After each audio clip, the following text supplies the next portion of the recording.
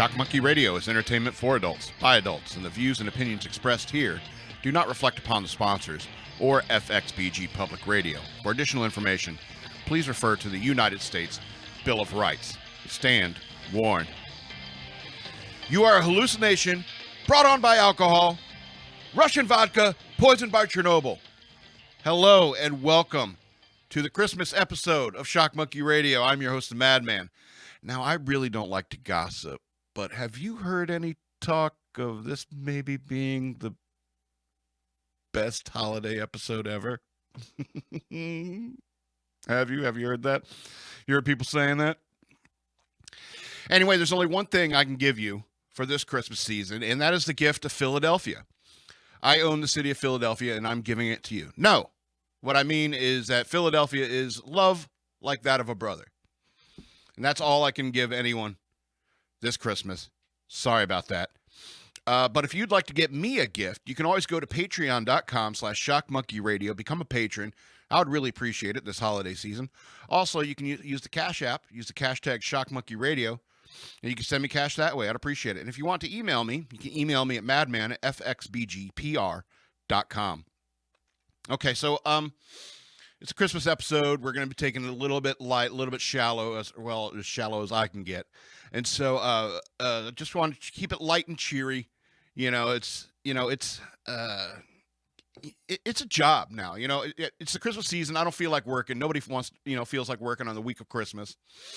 And so, the pay may be horrible, but it's a job that I love, but it's work nonetheless. And so, we'll just steam through this show today and see how it, try to get out of here quickly. We'll maybe skim over the news worth knowing. But today I want to talk about some of my favorite Christmas movies and talk about them a little bit. So I'm going to start off talking about A Christmas Story and Scrooged. It's just a short little mention about these two movies briefly. A Christmas Story is a classic Christmas movie, obviously, and I think it wonderfully captures those old-time Christmases we used to have before the internet and before there was more than 4 channels on television. A time when radio often provided more entertainment, and a time when mothers actually washed their kids' mouths out with soap for saying, "Oh, fudge." A time where kids were so bored they would stick their tongues to poles and dream of picking off bad guys with a spring-firing BB gun. It also addressed the not-so-pleasant aspects of Christmas, like the horrible pink bunny suit sent from a distant aunt, and the fact that bullies like Scott Farkas are bullies every single day of the year. There is no heart of gold hiding within Scott Farkas. There's also a budding interest in sexuality, as shown by the gaudy leg lamp that Ralphie's dad received, and how his mother, quote-unquote, accidentally broke it while cleaning it. And speaking of Ralphie's father, he's ranting and raving at the furnace just to keep his family warm during the cold months, as is a father's duty. I even think that the profound cursing is allowed when a man has to jury-rig his furnace to keep it functioning during the happiest of seasons. Then you have tons of people trying to tell you that what you want for Christmas is too dangerous and should be denied you. Then you get exactly what you wanted, and then you shoot your eye out just like everybody warned. And so you conceal a lie, you concoct a lie to avoid a whole bunch of I told you so's. Ah, the magic of Christmas. And even when the Bumpus's dogs ransack the house for turkey, you learn that even in the face of tragedy, even in the face of Scott Farkas and the Bumpus's dogs, you can still make a fine family Christmas regardless of the conditions. It's as heartwarming as the people of Whoville singing around the tree despite the Grinch stealing all their stuff. That's a positive message no matter how you cut it. Scrooged is my favorite Christmas movie. I think I mentioned that last week. Obviously, it's a remake of the classic Dickens tale, A Christmas Carol, but it has a Bill Murray twist. And frankly, I think it's Bill's best work. The Ebenezer Scrooge of this movie is a guy named Frank Cross, and he is a terrible, awful, hate-filled human being. However, his barbs are hilarious. In fact, he revels in his hate, amusing himself with his mistreatment of people, which, by proxy, entertain us, the audience. In terms of format, it's very clear-cut and by the book. Jerk sees a ghost, warns of being visited by 3 more ghosts, past, present, future, Niagara Falls, Frankie Angel, a change of heart, and the world is a better place for it. But the biting dialogue and the crazy characters are what make this movie. It proves that comedy and good entertainment are not so much in the format, but rather the writing and dialogue.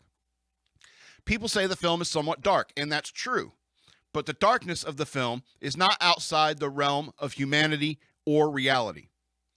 The tragedy and redemption of Elliot Laudermilk is a perfect example of what I mean. He gets fired at Christmas, his wife and daughter leave him, and he gets lost in the bottle for a while and eventually gets a shotgun in New York City and goes to the IBC building to kill Frank Cross. Dark, sure, but such things do happen. That kind of darkness in our reality is what makes the precious moments so precious. It is why the spirit of Christmas is so special for all of our lives. Because we are all one comment to Frank Cross away from heading down the dark path of Elliot Laudermilk. But let's be honest, Elliot was probably arrested after barging into the control room to hold the crew at gunpoint. How much disbelief can you actually suspend? Even if it's Christmas. I mean, Frank's boss, Preston, who's played by Robert Mitchum, punted a cat at the end of the film. People don't forget something like that. Okay, least of all the cat. I don't care if it's Christmas. So that's why Scrooged is my favorite movie.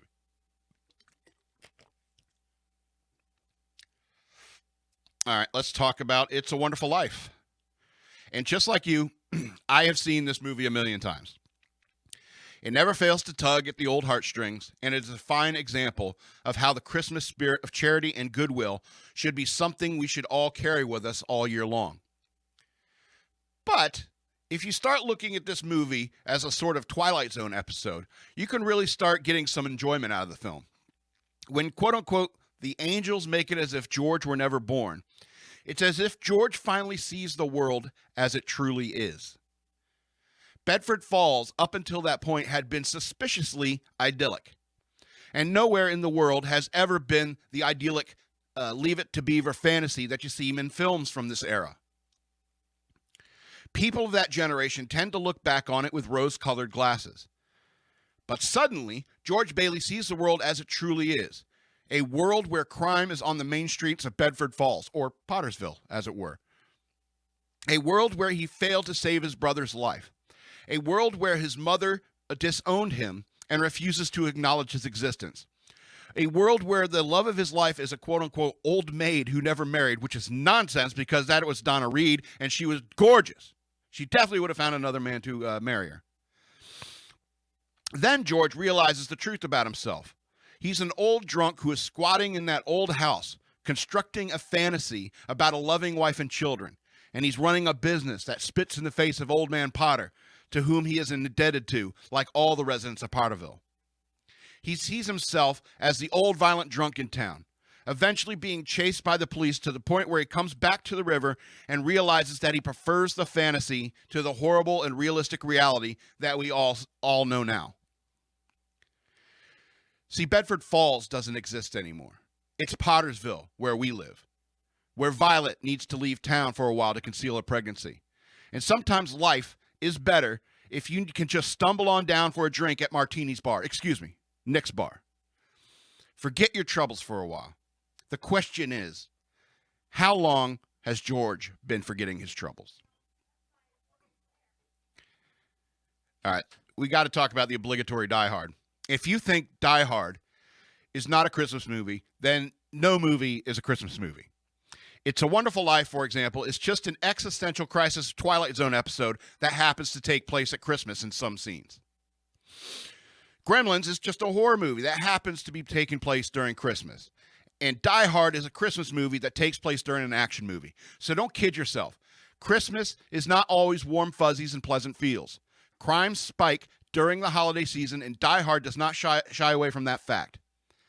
Not to mention that there has always been dark elements of the Christmas season, from the Krampus to the Grinch to Harry and Marv. Theft and robbery during Christmas is as common as a partridge in a pear tree. So how can you say Die Hard is not a Christmas movie? It's so festive. The plot begins at a Christmas party. There's Christmas music all throughout the film. There's gifts. There's snack cakes for a pregnant wife. There's a Rolex for Holly. Her name is Holly, for God's sakes, for St. Nick's sake. And then there's a pistol lovingly wrapped with care on John's shoulder, like Santa's magic sack. How dare you think it's not a Christmas movie? Santa shows up at some point to say, now I have a machine gun, ho, ho, ho. And if you're into the Christian aspects of the holiday, there's a resurrection at the end. The tall blonde guy is hanging there by the neck and still comes back for one more shot at killing John. There's Judas. There's the Ellis guy. Hans. Booby. That guy that you couldn't wait to die. Couldn't wait for him to get killed. Anyway, there's even John's feet. They're all cut up from glass. You could say that's like Jesus' wounds from the cross. Perhaps that's a stretch, but still, it's a Christmas movie, and I don't care what anyone says.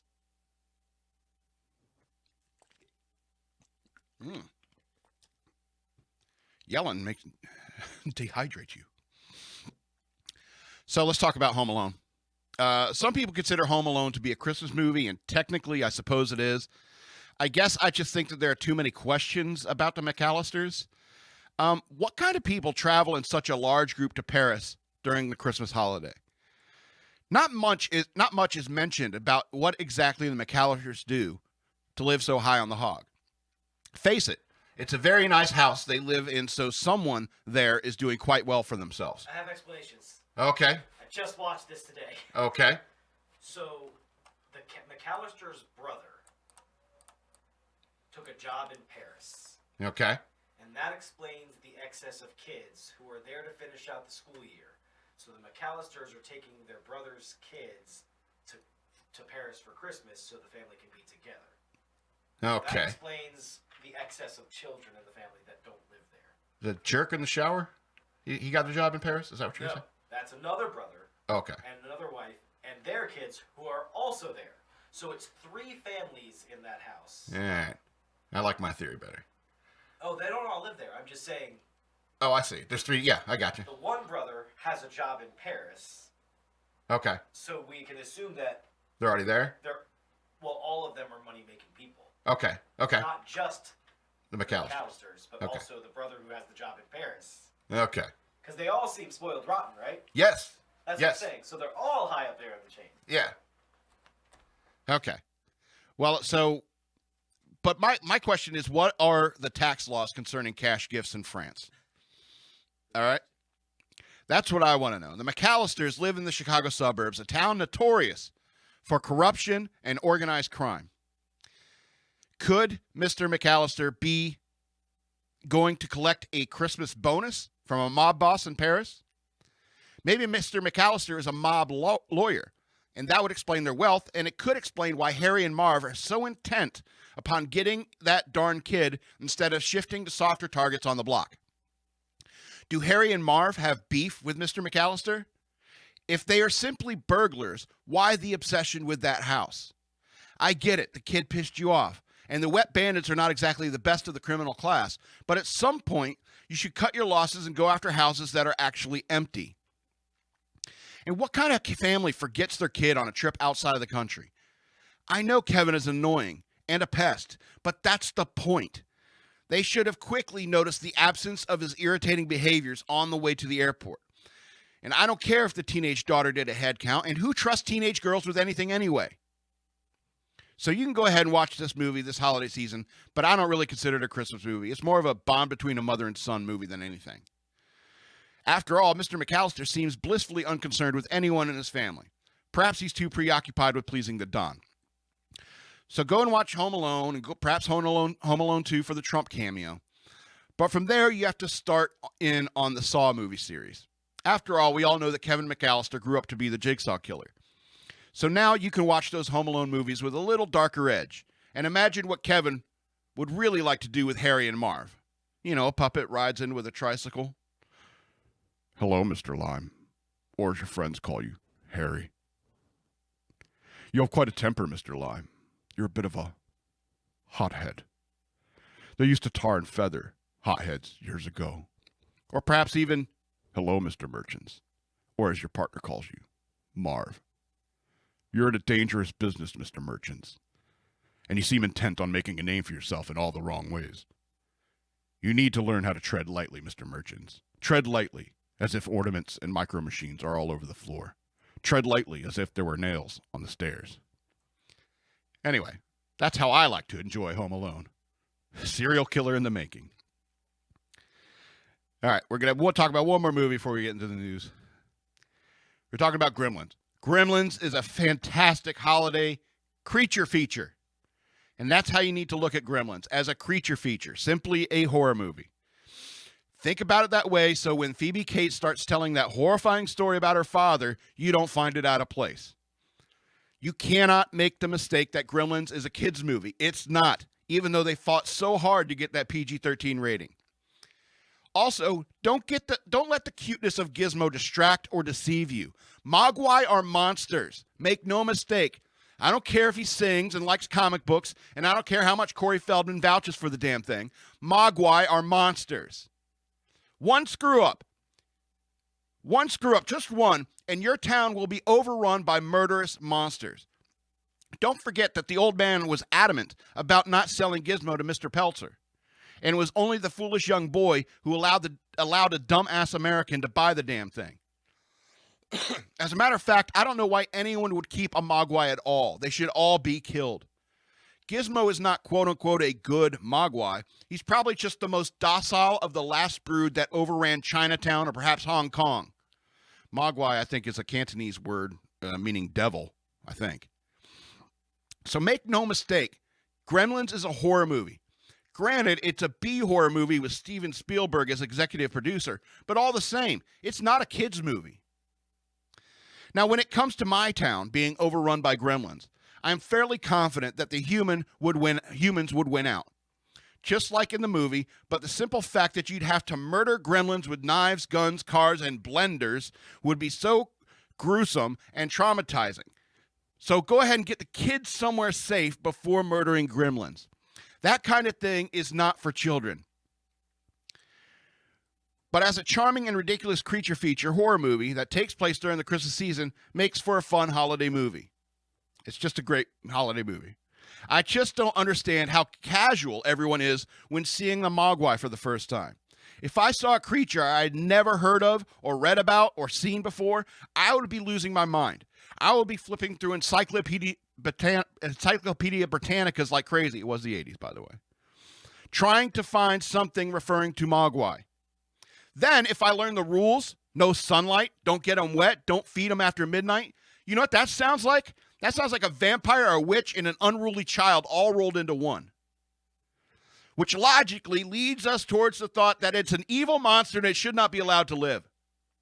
Speaking of feeding them after midnight, how early is too early for breakfast? Because some people have to get up at 4 a.m. and I like omelets, and I have to feed my pets before I leave for my 12-hour shift. So are we saying like noon to 11:59 is before midnight? Screw it. These just sound like monster rules to me. Kill the monster. Mogwai are monsters. Yes, demons. Chinese tradition. EK's looking it up. They're Chinese demons.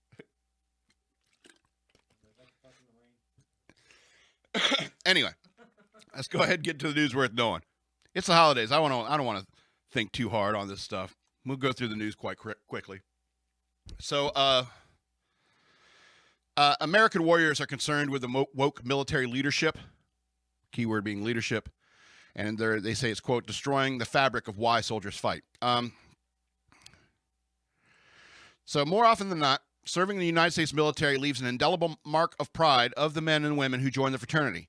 Yet today, many are worried military leaders are more concerned with ideology than they are with developing a lethal force to defend the nation.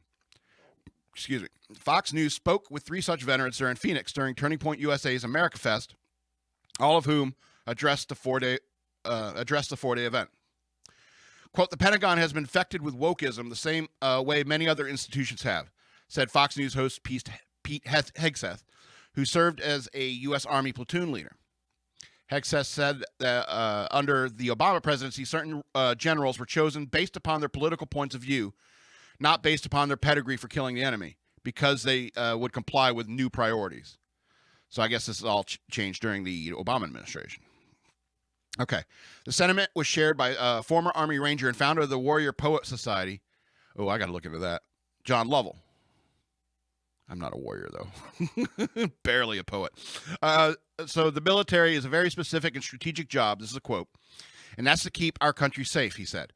And when you thrust them into the front line of a sociological experiment, which has a pernicious ideology that makes people hate the United States, a soldier can very quickly start to despise the very thing he's supposed to be protecting. Earlier this month, the Air Force authorized but did not require the use of gender pronouns in electronic signature boxes for communications within the department. A move panned by the veterans. Former Navy SEAL, hoorah, and 3 of 7 founder Chad Wright reflected on when he joined the military. It was don't ask, don't tell. Yes, that was the military I was under. This is a quote. I'm going to continue his quote. It was don't ask, don't tell. There is none of this stuff. It's a weird environment. I think it's detrimental to mission focus. Correct. Leave it to a Navy SEAL to be the most terse. Quote, on my Instagram profile, oh, now I screwed it up. My pronoun is listed as attack helicopter, so you let everyone know exactly where you are, said Lovell. You said it all in that first sentence, bro. Hexath railed against the upside-down priorities that said that while in the National Guard, which he only recently left, well, he was National Guard infantry platoon leader. Okay, those active duty Army guys, they know what I mean. They know what I mean. Anyway, he was National Guard. Anyway, the obsession of commands and command groups was compliance with the latest politically correct policy coming out of the Pentagon. So obviously, a lot of these old school military people, like myself, here we're on the opinion part of this, are very upset with all this, and it detracts from the mission.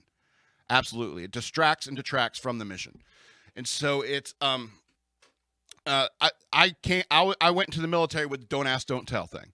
And they were very upfront about it, and I liked it. I really did. It's like, we don't care. They'll say, we don't care if you want to, in your own private time, you got to blow up a bunch of balloons and get them all staticky and stick them all over your body or whatever. We don't care what you want to do. We don't ask. We don't expect you to talk about it. And that's the way it was, because the mission is most important.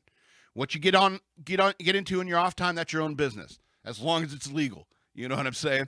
And so, that's kind of the point of the don't ask, don't tell policy. A lot of people criticized it. I don't know, some of the older salts when I was in, they didn't like it because it brought up the conversation at all. It's like, because I clearly served with gay people. I was in the Navy, for God's sakes. I knew gay people. All right, but it rarely ever came up in any other times. Like if you're hanging out with, like in Liberty or something like that, and it's like, oh, you find out so and so's gay or something like that. And you don't care, but she's still, can run those network wires like nobody's business. As long as you do the job, just don't bring it up at work. And I think it's right. It's like, if you have to stop every time a sailor or a soldier sits there and says, actually, my pronouns are so, no, you are grunt, you are soldier, you are sailor. That is it. We don't have to sit here and get into get wrapped up in your ego in every single conversation. And really, that's what all these pronouns and nonsense is all about, is to entertain somebody's ego. If you go in the military, when you go in the military, you shed your ego, and your ego becomes one of an agent of the United States of America. And I was just thinking about this, about that scene in Gran Torino, where he's pointing at M1, Grand, get off my lawn. Every single soldier, sailor, and stuff like that, they hope to learn these skills in order to protect their own little patch of the world. Hopefully, in that patch of the world is in America. That's really what they want to fight for, is their own little section of land. And you can do whatever you want on your property, just keep it off of mine. And that's kind of the point. And all of this stuff with the, getting woke in the military and stuff like that, that's the worst place it can be. I can understand the civilian world getting caught up in that kind of nonsense, because that's kind of the nature of the civilian world. That's how military people look at the civilian world, is because they get caught up in that kind of nonsense. The military should not be caught up in that. We should be in the business of putting lead on target, and the morality of doing so, That should be their business, because it's serious business. Lead on target is serious business. And nobody who has their fingers on a nuclear weapon in the world, is worried about the gender pronouns of the people and they're on their target list. You know what I'm saying? Jeez Louise. Military has a purpose, and it's not for making a bunch of confused kids feel better about themselves. Anyway, let's go on to this next story. Harvard professor Charles Lieber convicted of hiding ties to China. And you know this is all over academia, too. All right. So Harvard University professor Dr. Charles Lieber was found guilty on all counts on Tuesday to charges that he concealed his ties to a Chinese-run recruitment program.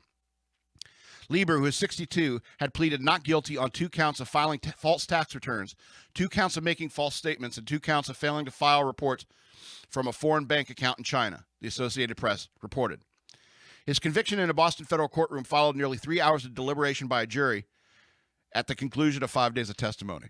What I love about a jury trial that doesn't involve murder is juries don't have this fear of like coming back too soon. Because you come out there, it's like, well, it's a financial crime, is what it is. Nobody died. And so if there's people who go like, it's overwhelming as evidence. I think the 12 Angry Men, the movie 12 Angry Men, is based upon that concept. It's like we don't want to come back too soon with a guilty verdict, do we?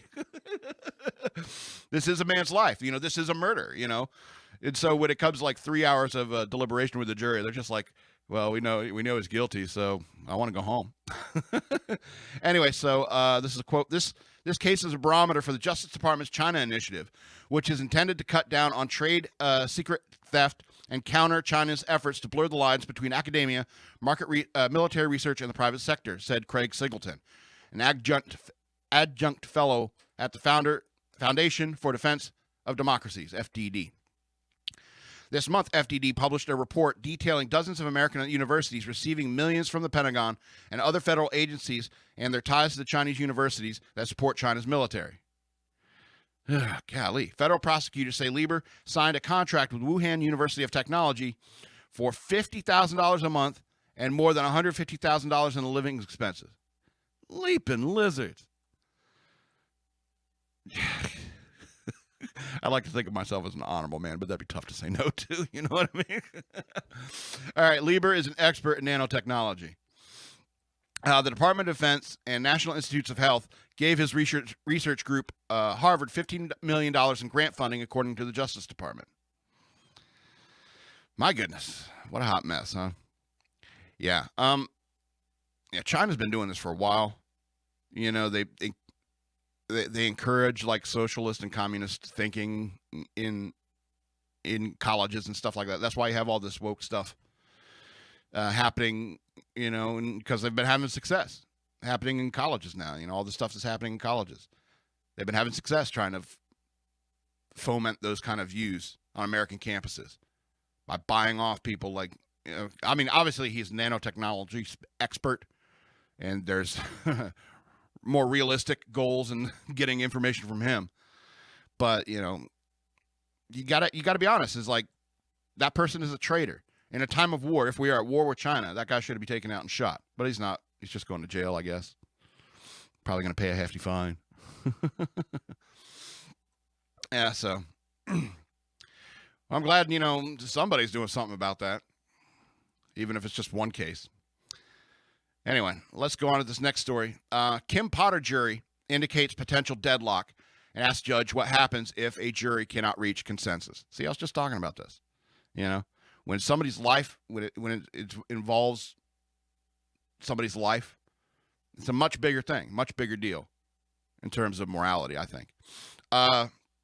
Quote, this is not a quote, I'm sorry. The jury in the trial of former police officer Kim Potter indicated a potential deadlock on Tuesday evening after nearly 13 hours of deliberation, asking the judge what they should do if they could not agree on a verdict.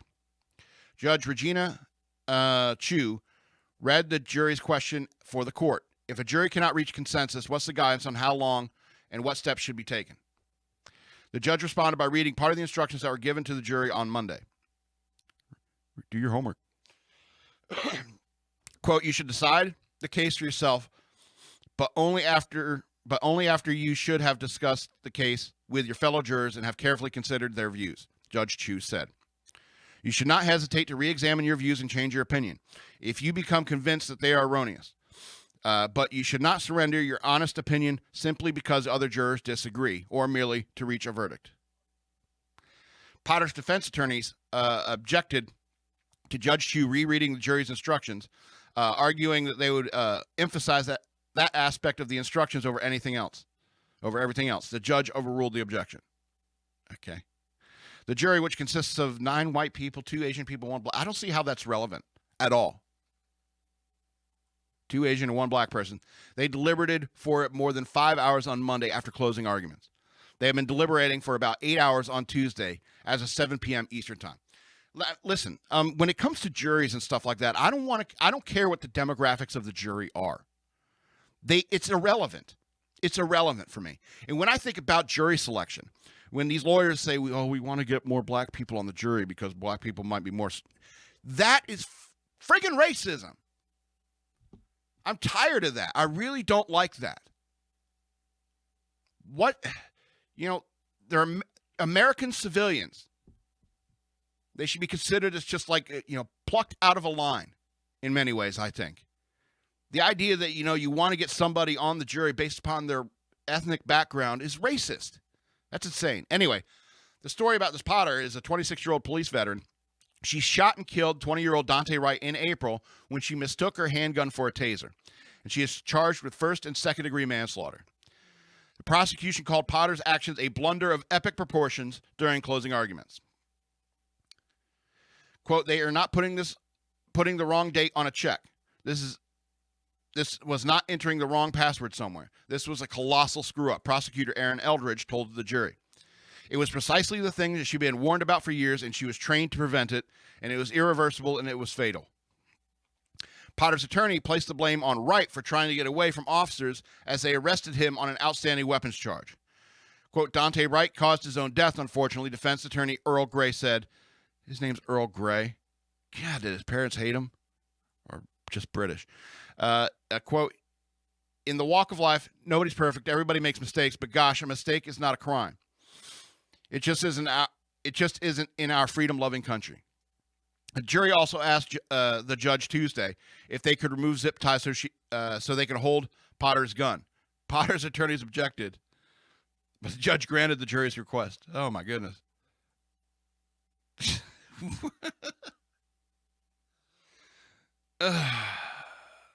Anyway, I want to comment on that because that seems just silly. But anyway, Kim Potter, if I'm sure it's been in the news a lot. This Dante Wright, it's awful. It's an awful thing that happened. I don't think there's any malice. I think it's definitely just a mistake. The sexist in me can make the argument that maybe women shouldn't be in that kind of role in the police force. That's sexist in me. But this kind of mistake could happen to anyone. And clearly, based upon her testimony and stuff like that, she feels terrible about it. I mean, I'm not saying that makes it okay, and she should face whatever this jury comes to, and she should face the proper punishment for it, whichever way it goes down. And there's no way I couldn't even make a prediction on how this is going to play out. But the point is that mistakes do happen; they absolutely do. And I think even in the videos after that happened, she shot him with a gun. She realized, I thought this was a taser. She said, I'm going to jail. And I think she's right. I think she was right. I think she is going to jail. But I don't think there's anything malicious. It's just when the news broke of another black person getting shot by a cop. There's got to be a racial element to it. No, it's just some dipshit. Can't tell the taser from a firearm. Ugh. Anyway, so we're halfway through the news. So I want to start lighting it up. I want to start cheering myself up before I leave for the holiday. Before I leave you guys for the holiday. So let's talk about these Atlanta firefighters who released a video showing a dramatic rescue of a man trapped in an air vent. Atlanta's fire department has posted a dramatic video showing the rescue of a man who fell around 15 to 20 feet down an air shaft. The incident happened at 10:30 a.m. at Coca-Cola's company headquarters, according to Fox 5 Atlanta, or as they say in Atlanta, Coca-Cola. Coca-Cola. What flavor Coke you want? Go to Atlanta. Order. I'll have a Coke. What flavor? Coke flavor. Because some people mean Mr. Pibb. Quote, after a thorough assessment, it was determined that extrication must happen vertically with assistance from nearly 40 firefighters. The Atlanta Fire Rescue Department posted on Facebook. 40 firefighters? Come on. You had nothing else going on. Let's be honest. You're firefighters. You were sleeping when they called. Anyway, the video footage released the department showing the firefighter rappelling down an air shaft before the victim was lifted out in a stretcher. The man reportedly suffered a leg injury and was taken to a local hospital for treatment. So, I'm kidding. I'm not trying to make fun of firefighters. They do important work. And they should promote it. They should promote it on Facebook and all that. It makes people, your average citizens, hey, you know, they're there and they got our backs. And if something horrible should happen, walking down by the Coca-Cola factory. Anyway, let's go on to this next story. Heroic Amazon driver saves teen. Heroic Amazon driver saves teen. Family dog being from. That's awful. From being attacked by larger dog. I'm going to read you this headline as it appears on Fox News, as you know where I get my news. Heroic Amazon driver saves teen. Family dog being from attack by larger dog. Isn't that awful? That is so terrible, Fox News. Get a copy editor. It's a copy editor is somebody who goes through and makes sure that everything makes sense. It doesn't sound stupid. I don't know if you know what that is. I don't know what they're teaching you in college these days. You know, beyond just spell check. I know you guys see there was a time before spell check where you actually had to see, like, look up a word to see if you spelled it right for a paper that you're typing on a typewriter. All right. Hitting spell check, you know, that doesn't fix all the errors. All right. Ugh, so frustrating. Anyway, a heroic Amazon delivery driver jumped into action to save a 19-year-old woman and her dog as they were being attacked by a large dog in Las Vegas. For funsies, go look at the video because it's hilarious. Because there's a point when it comes to an attacking dog where you really got to, like, give it a real good shove or something like that, hurt them a little so that they understand, you know, how outmatched they are. Anyway, there's women out there who don't understand that or don't think that's the way to do it. It's like, no, just stop. You know, like some kids like going off on a tantrum, breaking stuff, and you just, no. Like, that's going to stop it. It's like, no, sometimes, you know, somebody should hit Samuel. At some point, you know what I'm saying? It doesn't have to happen a lot, but at some point you got to hit the dog. At some point you got to hit your unruly ass kid. Anyway. All right. She could have easily stayed back, but she saw how aggressive the dog was, but came flying into help without thought of her well-being. Homeowner Michael Ray said in a Facebook post, linking to footage of the scene that was captured on a Ring security camera. The incident happened on December 13th when Ray's daughter Lauren went outside and greeted a stray dog that was near the family's front door. Lauren's 9-year-old Cocker Spaniel named Max also exited the house. The bigger dog, a pit bull, immediately went after Max. Why do people got to keep up bringing breeds into this? It's just like the jurors. Anyway, it immediately went after Max, prompting Lauren to scoop him up and yell at the other dog.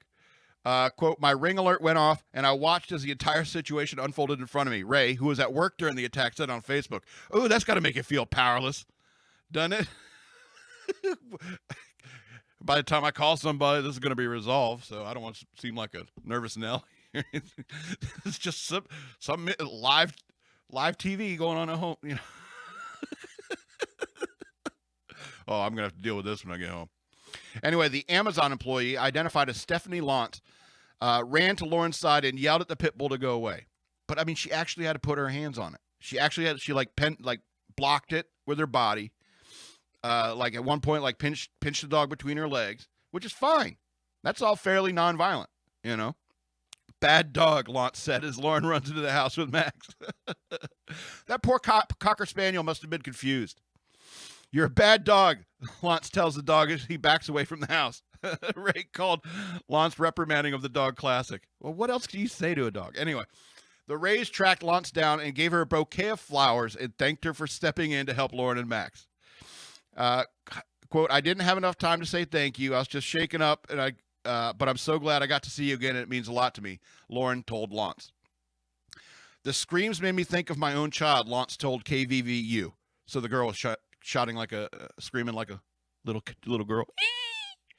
Quote, I would only hope that anyone would jump in, that someone would jump in and help her if she was in a similar situation. I wouldn't even think it's motherly. It's just a human thing to do. Fair enough. I like this. I like this Amazon delivery lady. Lance added the delivery drivers often see wild and sometimes dangerous situations while on the job. Oh, I'm sure. And think of how many cameos you're making on people's Ring devices. You know, that's got to be that's something you could put on a resume if you're trying to get an acting gig. Anyway, quote, 2 days prior, I'd been bit by a dog. 2 days before that, I had saved a baby that wasn't even 2 years old get into a locked house. Are you sure an Amazon driver, not a superhero? I mean, this is a quote. I mean, we really go through a lot, and and we're there when other people aren't, and sometimes it's not even recognized. Good point. I do like her. I have a coworker who put out a fire the other day. It was just really there it's just we're really there when sometimes nobody's there, she added. An Amazon representative said the company appreciates launch service to Amazon and really to your community. And that they watched Ring footage and it was something that they'd never seen before. Get out of town. Get out of town with that. Never seen that before. Get out of here. Nonsense. Yeah, Amazon's not going to pay her anymore, by the way.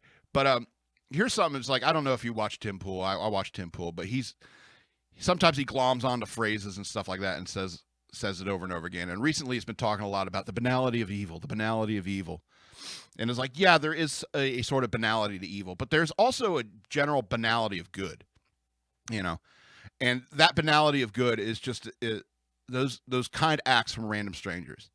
You know, an Amazon delivery driver stepping in to help you deal with a pit bull because you don't have the stones to kick it in the face. You know? And so, I mean, there's a banality of good, too. And that's the miracles that happen in our world. And it's the Christmas season. Think about those Christmas miracles. You know, we help each other. It's instinctive. It's like she said, it's not just a mother thing. It's what any good human being would do, is help somebody else out if you can. All right?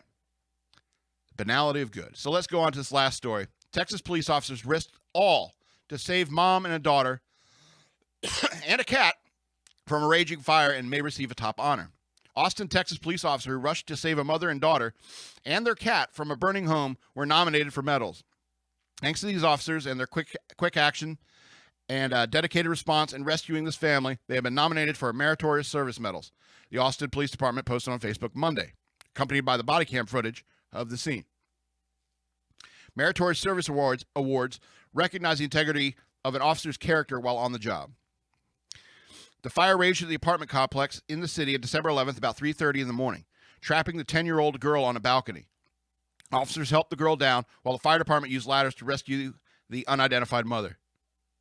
The department named Officer Brent Gray, Officer Anna Aguilar, and Sergeant Gilbert as assisting the unidentified daughter, while Corporal Chadwick Honecker also assisted at the scene and bought the family Christmas presents. The family's cat was also rescued, the police said. The cause of the fire has not yet been identified, ABC7 reported. Other people were also rescued from the apartment complex and treated for smoke inhalation, obviously. So here's the thing. If you have the space to grab the cat, you know, if you run into the room and you're the mother, you can walk, but you might want to throw the 12-year-old daughter over your shoulder and would say, "Can you save my cat?" And it's like, screw your cat. You know, you don't go back in just for the cat. I think they even tell you that in health class. You know, don't go back in to get your dog. You're just going to get yourself killed too. All right. But if you're on your way, it's like, I got the mother, you grab the 12-year-old girl. It's like, well, I can throw the 12-year-old girl over one shoulder and scoop up the cat with the other. Why not? Save the cat too. No, I'm saying I'm the one who's a dick. You know, these people did a great thing, and they're going to be, commendated for it. You know, I was in the military. I mean, I didn't win a medal other than the good conduct medal, but everyone gets that after a certain point, and you don't get in trouble. But medals are just medals. You know, it's just something to wear on your uniform, something extra to wear. I'd rather get a raise. But that being said, you know, if all you can get is a medal, you might as well take the medal. So yeah, we're going to go ahead and end up the show. I want to remind you to go over to patreon.com/shockmonkeyradio, become a patron. I would very much appreciate it. It's only $3 a month. And the way the Fed is printing out money these days, what does that mean? What does $3 a month mean? Sell a little bit of your Bitcoin. Throw me some of that useless American currency. Patreon.com/shockmonkeyradio, become a patron. Or you can send me cash through Cash App. Shock Monkey Radio is the cash tag. I would appreciate it very much. And I'm the Madman. This has been Shock Monkey Radio. I want you to have a Merry Christmas and know that I love you.